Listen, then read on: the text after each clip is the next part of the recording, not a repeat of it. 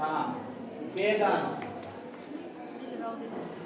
प्रारंभ में हमने आपको बताया था कि भारतीय दर्शन की अगर बात करें तो भारतीय दर्शन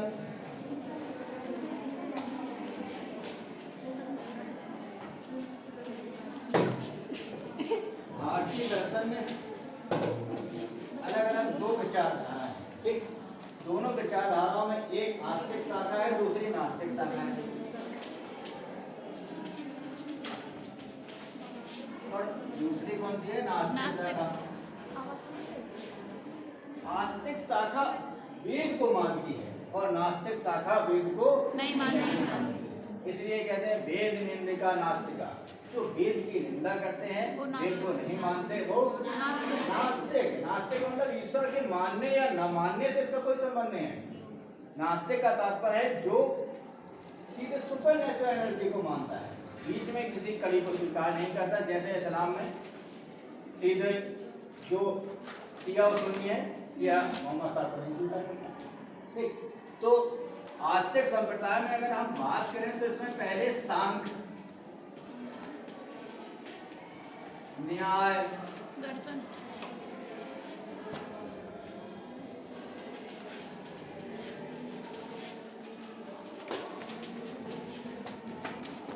उत्तर मीमांसा,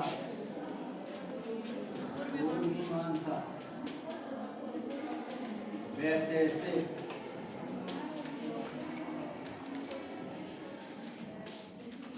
योग। सनातन धर्म का जो मूल दर्शन है भारतीय दर्शन। भारतीय दर्शन को प्रत्ययवाद कहा जाता है। भारतीय दर्शन क्या है? प्रत्ययवाद। और इसी प्रत्ययवाद की जो मूल चीज है वो किस पर आधारित है? विचार पर आधारित है। अगर हम पाश्चात्य दर्शन की बात करें, वस्तु पर आधारित है। इसी विचार को जब प्लेटो भारत आए होंगे, उसके बाद जब वो गए, उन्होंने अपना जो वर्णन है अपनी पुस्तक में लिखा है रिपब्लिक में, और 700 संवाद है मैं गंगा तटवर्ती क्षेत्रों में रहा। दूसरी बात ये कि जो प्रत्ययवाद की जो विचारधारा है वो विचारधारा भारतीय दर्शन से पूरी तरह से मेल खाती है, यहाँ तक कि आदि शंकराचार्य जी के अद्वैत से मेल खाती है। इस कारण भारतीय प्रत्ययवाद की ही कॉपी प्लेटो का विचारवाद है, ठीक है। हम अभी वहां नहीं जाएंगे, हमें केवल बात करनी है प्रत्ययवाद की। प्रत्ययवाद में भारतीय दर्शन सब दर्शन से संबंधित है, यानी कि यहाँ पर 6 स्कूल हैं, 6 विचारधारा हैं। इन 6 विचारधाराओं में पहली जो विचारधारा है वो सांख्य दर्शन है। सांख्य दर्शन कहती है कि संसार में ईश्वर भगवान नाम की कोई चीज नहीं है। संसार 25 तत्वों से निर्मित है। एक सुपर नेचुरल एनर्जी, 10 हमारी इंद्रियां, 11वां मन, 5 तत्व, ऐसे वो जोड़ते हुए 25 तत्वों को स्वीकार करते हैं। ऐसे ही न्याय भी अगर हम देखें तो न्याय और सांख्य की जो मिली जुली कॉपी आप कह सकती है, मिश्र स्वरूप कर सकते हैं, वो जैन दर्शन में स्पष्ट दिखाई देता है। न्याय भी ईश्वर को स्वीकार नहीं करता। योग कुछ चीजों से मिलके आपने देखा है कि जो जैन दर्शन है, जैन दर्शन में जो 2 चीजें जब मिलती हैं तो नए तीसरे तत्व की शुरुआत होती है। तीनों दर्शन उसी पर बात करते हैं। अब यहाँ पर बात करें वैशेषिक दर्शन। वैशेषिक दर्शन का संबंध कणाद से है। कणाद को लोग भी कहते थे। यहाँ सांख्य दर्शन, कपिल, न्याय, गौतम, योग, पतंजलि, एक वैशेषिक का कणाद मुनि से वो रात में ऐसे घूमते फिरते रहते थे। लोगों को लगा कि जो उल्लू की तरह घूमते रहते, इसलिए लोगों ने उनका नाम उल्लू रख दिया। ये वैशेषिक दर्शन को ही पाश्चात्य विचारकों ने पढ़ा और उसके बाद जो परमाणुवाद का सिद्धांत दिया, परमाणुवाद का प्रथम सिद्धांत कणाद मुनि का, तो वहीं से ही कॉपी करके किसका है? डाल्टन ने यहीं से कॉपी किया। इसके बाद जो पूर्व मीमांसा है ये जैमिनी की है। जैमिनी व्यास जी के शिष्य थे और उन्होंने का ये मानना है पूर्व मीमांसा का कि वो कर्मकांड से अपने आप को संबंधित करती है। इसके बाद अगर हम उत्तर मीमांसा की बात करें तो उत्तर मीमांसा को ही वेदांत कहा जाता है। तो जो षड दर्शन है उस षड दर्शन में एक ये वेदांत है। अब इस वेदांत को जो उत्तर मीमांसा है, उत्तर मीमांसा का जो पोषण करने वाला ग्रंथ है वो है ब्रह्मसूत्र। ब्रह्मसूत्र की जो रचना है वो व्यास जी लिखी थी। ये विचारधारा व्यास जी से संबंधित है। बाद में कोई बादरायण नाम के व्यक्ति था, जिस व्यक्ति ने उसमें जो पहले गुरुकुलों में जो शास्त्र होते थे उन शास्त्रों की फिर से कॉपी कराई जाती है, उस कॉपी के दौरान उसने अपना नाम वहां पर जोड़ दिया, बादरायण व्यास। ठीक है। अब जो वेदांत है, वेदांत का वेद ब्राह्मण आरण्यक उपनिषद का अंतिम सार वेदांत है। क्या है अंतिम सार? यदि इन षड दर्शनों को हमने पढ़ा, षड दर्शनों को पढ़ने के बाद हम क्या सार निकला कि धर्म का क्या सार है, दर्शन का क्या सार है? अगर उस सार की बात करें तो सामान्य सी ब्रह्म और सृष्टि। अगर सार की प्राचीन बात करें तो ज्ञान के 3 जो मुख्य ग्रंथ हैं उनमें से उपनिषद, ब्रह्मसूत्र और श्रीमद् भगवद गीता ज्ञान मार्ग के साथ संबंधित है। और इन्हीं में एक जो सामान्य सी जनरल हम बात बताएंगे जिसे ब्रह्म ज्ञान कहा जाता है कि सृष्टि का वास्तविक रहस्य क्या है। इस ब्रह्म ज्ञान की अगर हम बात करें तो ब्रह्म सर्वशक्तिमान है, निराकार है।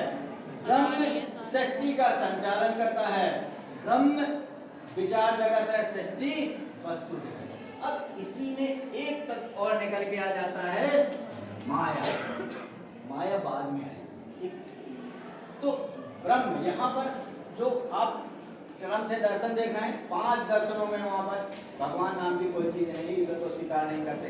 अगर हम ईश्वर की बात करें तो ईशान में रहने वाला ईश्वर है, अर्थात भगवान स्वरूप, भग से बनने वाला भगवान। ठीक है, आप भी भगवान हो सकते हैं। ठीक है। तो यहाँ ब्रह्म और माया और सृष्टि, इस सृष्टि में एक चीज है मनुष्य, मनुष्य के अंदर है आत्मा। ठीक। तो ब्रह्म निराकार, सर्वशक्तिमान, सर्वव्यापी है। ब्रह्म की बीज शक्ति माया न सत है और न असत है, अर्थात जिसकी व्याख्या न की जा सके, अनिर्वचनीय। माया सृष्टि का संचालन करती है। सृष्टि में मनुष्य के अंदर जो आत्मा है, आत्मा पर ब्रह्म, ब्रह्म का स्वरूप है, ब्रह्म का ही छोटा सा अंश आत्मा है। ठीक। ये जो ज्ञान है, ये समरी, ये बात जो है कि मनुष्य जीवन का अंतिम उद्देश्य मुक्ति है। मनुष्य जहां से आता है वहीं पुनः वापस जाना चाहता है, जन्म मरण के बंधन से। तो ये जो पूरा वेद ब्राह्मण आरण्यक उपनिषद का जो अंतिम सार है, यहाँ थोड़ा सा वेद के बारे में चर्चा करेंगे। वेद, ऋग्वेद, सुपर टैट 69,000 में ऋग्वेद आया है। यह पूछा गया है कि इसमें कौन सा उपसर्ग लगा हुआ है। ठीक है। ऋग, री नहीं लगा, ऋग लगा। का, खा, गा व्यंजन में तीसरा वर्ण आएगा सदैव, ऐसे देख सकते हैं। ठीक। खैर हम वहां नहीं जाएंगे। ऋग्वेद, सामवेद, यजुर्वेद, सामवेद, यजुर्वेद, अथर्ववेद, यजुर्वेद 3 वेद हैं। ठीक है। चौथा बाद में लोगों ने जोड़ दिया, जैसे वर्ण को जोड़ दिया वैसे बाद में जोड़ दिया, अब वहां चर्चा नहीं कर रहे। ठीक। ऋग्वेद की 5 संहिताएं और 21 शाखाएं थी।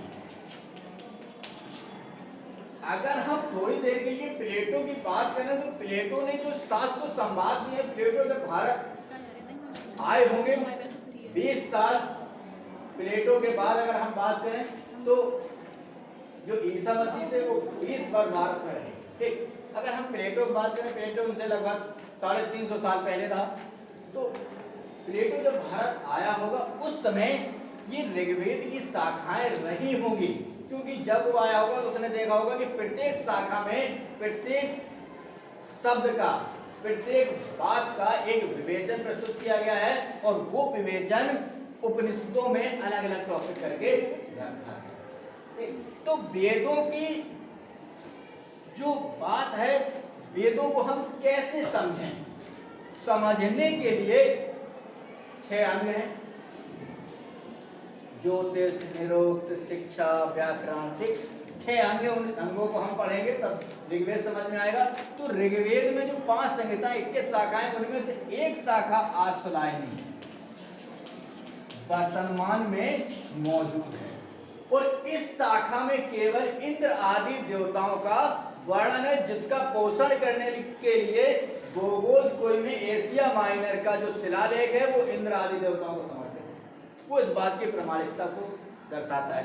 अब यहाँ पर केवल एक शाखा, या तो इन शाखाओं को नष्ट कर दिया गया या दूसरी भाषाओं में आगमनकारियों ने कन्वर्ट कर दिया। वर्तमान में हमारे पास केवल एक ही शाखा है जिसमें केवल ऋचाएं हैं 1028, 1017 मूल, और उनमें उन ऋचाओं के आधार पर ही केवल वो देवताओं के वर्णन की बात करते हैं। ज्ञान मार्ग की वहां कहीं कोई बात नहीं है। तो इसके बाद जो सामवेद है ऋग्वेद का ही, सामवेद ये बताता है कि हम उसको कैसे पढ़ें, कैसे बोलें, क्या ध्वनि होनी चाहिए, क्या बात करने का तरीका होना चाहिए। यजुर्वेद बताता है कि जो ऋग्वेद में बातें बताई गई हैं उसको हम अपने दैनिक जीवन में कैसे उतारें, कर्म की बात करता है। यहाँ पर वेद, ब्राह्मण, आरण्यक, उपनिषद, सामवेद, यजुर्वेद, इनमें अलग अलग पार्ट हैं और इनकी कई सारी शाखाएं हैं। कुछ में तो 100 शाखाओं तक का भी वर्णन है। वेद, ब्राह्मण, आरण्यक, उपनिषद का जो अंतिम सार है, अंतिम सार क्या है कि संसार में एक तत्व है, सृष्टि मूव कर रहे हैं और सृष्टि में अगर देखा जाए तो ये परमाणु, छोटा सा परमाणु, और जो परमाणु होता है उस परमाणु में 3 तत्व होते हैं, इलेक्ट्रॉन, प्रोटॉन और न्यूट्रॉन।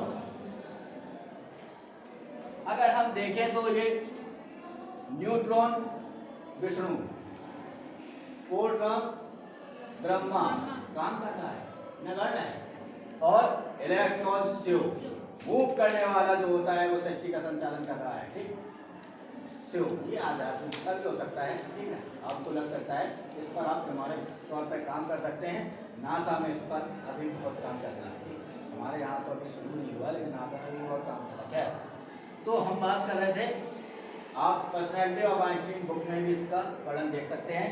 खैर, तो बात हो रही थी कि ब्रह्म जो सुपर नेचुरल एनर्जी है, सृष्टि मूव कर रही है। एक छोटा सा जो है उसमें भी आप अपने सिर पर थोड़ी देर के लिए लगाएंगे, अपने आप मैग्नेट आ जाएगा, मूविंग हो रही है। संसार में कोई ऐसी चीज नहीं है जो मूव न कर रही हो। और मूविंग से ये पता चल रहा है कि जैसे ब्रह्मांड में सब नक्षत्र घूम रहे हैं वैसे सब चीज मूव करती है। कोई चीज ऐसी नहीं है। यदि आप कंप्यूटर को भी लें तो कंप्यूटर में मूवमेंट होता रहता है। यदि मूवमेंट हो कंप्यूटर खराब, आपने देखा होगा कंप्यूटर की स्क्रीन पर एक छोटा सा सिंबल होता है, इधर जाता है, इधर जाता है। तो ये समरी क्या निकल के आई, वेद, ब्राह्मण, आरण्य, उपनिषद का जो अंतिम सार है वो क्या है कि संसार में सृष्टि 2 प्रकार की है। एक है विचार जगत, इसे आध्यात्मिक जगत कहते हैं, एक है वस्तु जगत। तो विचार जगत में ब्रह्म सदा रहने वाला है, सर्वशक्तिमान, सर्वव्यापी है। ब्रह्म की ही भी शक्ति माया है, माया सृष्टि का संचालन करती है। सृष्टि में मनुष्य के अंदर जो आत्मा है, इस ब्रह्म का छोटा सा अंश है। जब सृष्टि समाप्त होगी तो ये आत्मा इस ब्रह्म में लीन हो जाएगी, माया भी लीन हो जाएगी, शून्य केवल बचेगा। संसार में केवल शून्य बचेगा। और उस शून्य में जो ये तत्व है, ये तत्व 1 नंबर, 2 नंबर, 1 नंबर, 2 नंबर, माया के ही बेच सकती है, आत्मा का एक छोटा सा अंश है। अर्थात ये 2 नहीं, 1 है। क्या है? अद्वैत। क्या कहता है? अद्वैत। छोटी सी समरी, जब हम डिटेल में बात करेंगे तो छोटी सी समरी जो है कि संसार में हमारा जन्म हुआ है, हमारा जन्म क्यों हुआ है? मनुष्य जीवन का अंतिम उद्देश्य मुक्ति है और उस ब्रह्म का जो सुपर नेचुरल एनर्जी है, उस ब्रह्म में हमें अपने आप को लीन करना है, जन्म जाना है। ब्रह्म क्या है? सर्वशक्तिमान है, ब्रह्म की बेशक्ति, माया न सत है न सत, अनिर्वचनीय, अर्थात जिसकी व्याख्या न की जा सके और मनुष्य के अंदर जो आत्मा है वो परमात्मा का अंश है। परमात्मा क्या कहेंगे? पर ब्रह्म कहेंगे, ब्रह्म। ये समझी है। और यही ज्ञान सृष्टि के संचालन का जो ज्ञान है, इसी ज्ञान को हम ब्रह्म ज्ञान कहते हैं। ब्रह्म ज्ञान को जानने वाला ब्रह्मा। ब्रह्मा ब्रह्म जिसके हृदय में रमण करे, या ईश्वर जिसके हृदय में वास करे, तो ब्रह्मा। ठीक। तो ये बात आदि शंकराचार्य जी। आदि शंकराचार्य जी का जो जन्म है वो कालवी में हुआ था। कुछ किताब में कलाड़ी भी है, केरल में है। सुपर टाइट 72,000 में एक प्रश्न इससे आया था कि आदि शंकराचार्य जी का जन्म कहाँ हुआ था, जहां पर एक संस्कृत विश्वविद्यालय की स्थापना हुई। ये प्रश्न 72,000 में आया। तो ये बहुत इंपॉर्टेंट फैक्टर है। केरल से उनका संबंध था। और आदि शंकराचार्य जी की जो माँ थी उनका नाम आरम्भा था और पिता का नाम शिवगुरु। उनके जो 7 वर्ष में उन्होंने संन्यास लेने के लिए अपनी माता से कहा, और ऐसी कथा है कि वो माता संन्यास देना नहीं चाहती थी, तो उन्होंने सामान्य तौर पर नहाने के लिए वो जाते थे। वहाँ पर उन्होंने माता से कहा कि मेरा पैर मगर ने पकड़ लिया है, यदि आप नहीं छोड़ती हैं, आप नहीं अगर मुझे संन्यास की आज्ञा देती हैं, मुझे खा लेगा। तो उन्होंने कहा अच्छा छोड़। हालांकि अगर आदि शंकराचार्य की पीरियड की बात करें तो आदि शंकराचार्य जी का जो जीवन है वो जीवन सिद्धाश्रम से आए हुए किसी व्यक्ति से, ऐसा व्यक्ति जो पहले से ही स्वयं सिद्ध था, उस व्यक्ति पर आधारित दिखाई देता है। वो आदि शंकराचार्य जी ने जब उनको पता चला कहीं से भी, जहां से उनको पता चला हो, तो उनके जो उस समय के जो प्रख्यात विद्वान थे, या ये कह सकते हैं कि गोविंद भगवत्पाद, उनके गुरु का क्या नाम था? आनंदगिरी। उनके गुरु का नाम गोविंद भगवत्पाद था। एक शॉर्ट में इनको कुछ भी आप कहो पता नहीं मुझे। गोविंद भगवत्पाद के गुरु का नाम था। और आध्यात्म की दुनिया में ऐसा माना जाता है कि जो पतंजलि थे, पतंजलि अपने आप को गोविंद भगवत्पाद के रूप में ही वहां पर स्थापित किए हुए थे। नर्मदा के तट पर एक गुफा थी और उस गुफा में ये रहते थे। वहां का एक वृत्तांत तो हमने यहाँ पर एक तुर्की में एक भैया जी संत थे, उनसे उसका थोड़ा सा डिटेल हमने सुना था। और उनका ये कहना था कि हम एक बार अकस्मात नर्मदा के तट पर बैठे हुए थे, हमें ऐसा लगा कि कोई जो डगरी होती है, घड़ा होता है, भरने की आवाज आई। और हम एक दिन आवाज आई, दूसरे दिन फिर आवाज आई, तीसरे दिन आई, तो मुझे लगा कि यहाँ पर कुछ है, क्योंकि वो यहाँ के तुर्की के पास के, तुर्की के ही प्रसिद्ध संत थे, जालौन में भी उनका काफी प्रभाव है। ठीक, तो उन्होंने ये बताया कि हमने जो भी व्यक्ति रहा हो, हमने उससे कहा कि यदि प्रभु यहाँ पर कोई है तो हमें अपना दर्शन दे। तो उसने वहां पर प्रत्युत्तर में जवाब दिया कि आप 3 दिन निराहार रहे। 3 दिन वो निराहार रहे। उसके बाद फिर उन्होंने वही आवाज आई तो उन्होंने कहा महाराज हम निराहार हो गए हैं, अब तो आप दर्शन दें। तो एक व्यक्ति वहां पर आया और उस व्यक्ति ने इशारे से, जो बहुत हाई लेवल में, हमने डॉक्टर नारायण दास श्रीमाली का डिटेल पढ़ा है और उनसे हमारा काफी संपर्क भी रहा है, तो वो मुद्राओं से ही बात कर लेते थे, कहने की कोई आवश्यकता नहीं है। उन्होंने सौर सिद्धांत पर 1960 के दशक में नासा में जाकर एक लकड़ी को स्वर्ण में परिवर्तित कर दिया था, जो उस समय के अखबारों में बहुत छाया था। तो हम बात कर रहे थे हाँ भैया जी की बात कर रहे थे। तो उन्होंने जब वो व्यक्ति के उसने इशारे में उनसे कहा तो उसके पीछे पीछे चलने लगे। और जब वो गए तो वो एक गुफा में उन्होंने प्रवेश किया। गुफा में बहुत सारे, जिनकी बहुत ज्यादा जो साधु थे वहां पर क्रम से सभी बैठे हुए थे, लेकिन एक उच्च आसन पर एक व्यक्ति बैठा हुआ था, जिससे उनको ये आइडिया लग गया कि यही व्यक्ति श्रेष्ठ है। तो वो जाकर उसी के चरणों में गिर गए। तो उसने एक शब्द में कहा कि क्या चाहती हो? तो उन्होंने कहा कि प्रभु की कृपा है, आपकी भी कृपा है, लेकिन हम जब किसी कार्य को शुरू करें तो कभी उसमें कमी ना आए। और उसके बाद वो यज्ञ करवाते थे। ये प्रमाणिक है, आप उसका प्रमाण ले सकते हैं कि एक छोटे से अगर भगोने में ही पूरा भोजन रखा हुआ है तो उसी से सभी को खिला देते थे। तो हमारा केवल ये वृत्तांत सत्य है या नहीं है, ये आप फील्ड में जाके देखेंगे कि जो आदि शंकराचार्य जी जिस गुफा में उन्होंने प्रवेश किया, ऐसी वहां बहुत सारी गुफाएं हो सकती है। तो जो उनके गुरु से जो उन्होंने जब शिक्षा दीक्षा प्राप्त की, उसके बाद भारतवर्ष में उस समय बौद्धों का प्रभाव था। और उस समय बौद्धों में उस समय के जो परम विद्वान थे वो कुमारिल भट्ट नाम के परम विद्वान थे, और उनके शिष्य मंडन मिश्र। कुमारिल भट्ट जब बौद्ध शिक्षा के नालंदा में थे तो वहां पर एक बौद्ध व्यक्तियों ने उनका अपमान कर दिया था, और उस अपमान से उन्होंने सनातन धर्म के लिए जो भी बात कही हो, उस बात से वो उनके मन में सदैव कटुती है।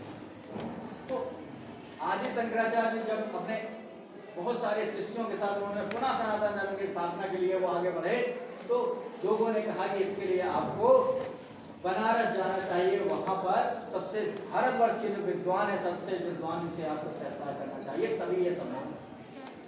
आज भी विद्युत परिषद है, और उस समय भी नहीं सर, अभी नहीं, उस समय भी विद्युत परिषद थी।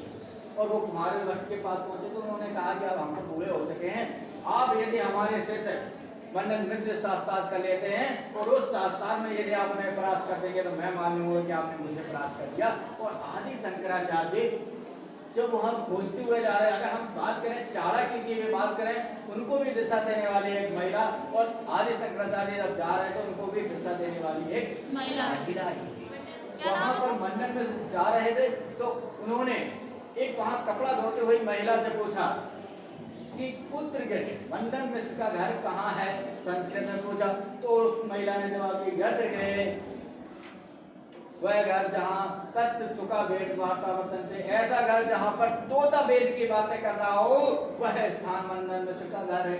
ठीक, तो महिला ने बिना डरे इस बात का संस्कृत में जवाब दिया। इसका मतलब महिला बहुत पढ़ी लिखी थी। किसी जिसके पीछे हजारों शिष्य चल रहे हो, उस व्यक्ति से उसी प्रश्न का प्रति उत्तर देना। इसमें महात्मा गांधी जी ने कहा है कि यदि हम एक व्यक्ति को शिक्षित करते हैं तो एक व्यक्ति शिक्षित होता है, यदि एक महिला को शिक्षित करते हैं तो संपूर्ण परिवार शिक्षित हो जाता है। बिना शिक्षित महिलाओं के शिक्षित समाज होने की कल्पना नहीं की। हम बात कर रहे थे तो मंडन मिश्र के पास जब वो पहुंचते हैं तो सर बता दीजिए सर। तो मंडन मिश्र के पास जब वो पहुंचते हैं तो मंडन मिश्र कहते हैं कि हम आपसे शास्त्रार्थ करना चाहते हैं, विद्युत परिषद बैठाने की व्यवस्था की जाए। तो मंडन मिश्र कहते हैं कि मुझसे शास्त्रार्थ करने से पहले आपको हमारे तोते से शास्त्रार्थ करना पड़ेगा। यदि आप हमारे तोते को शास्त्रार्थ में हरा देते हैं तो मैं शास्त्रार्थ करूंगा। आदि शंकराचार्य तोते को शास्त्रार्थ में हरा देते हैं। उसके बाद मंडन मिश्र आते हैं, मंडन मिश्र को भी वो शास्त्रार्थ में परास्त कर देते हैं। उसके बाद उनकी पत्नी भारती आती है।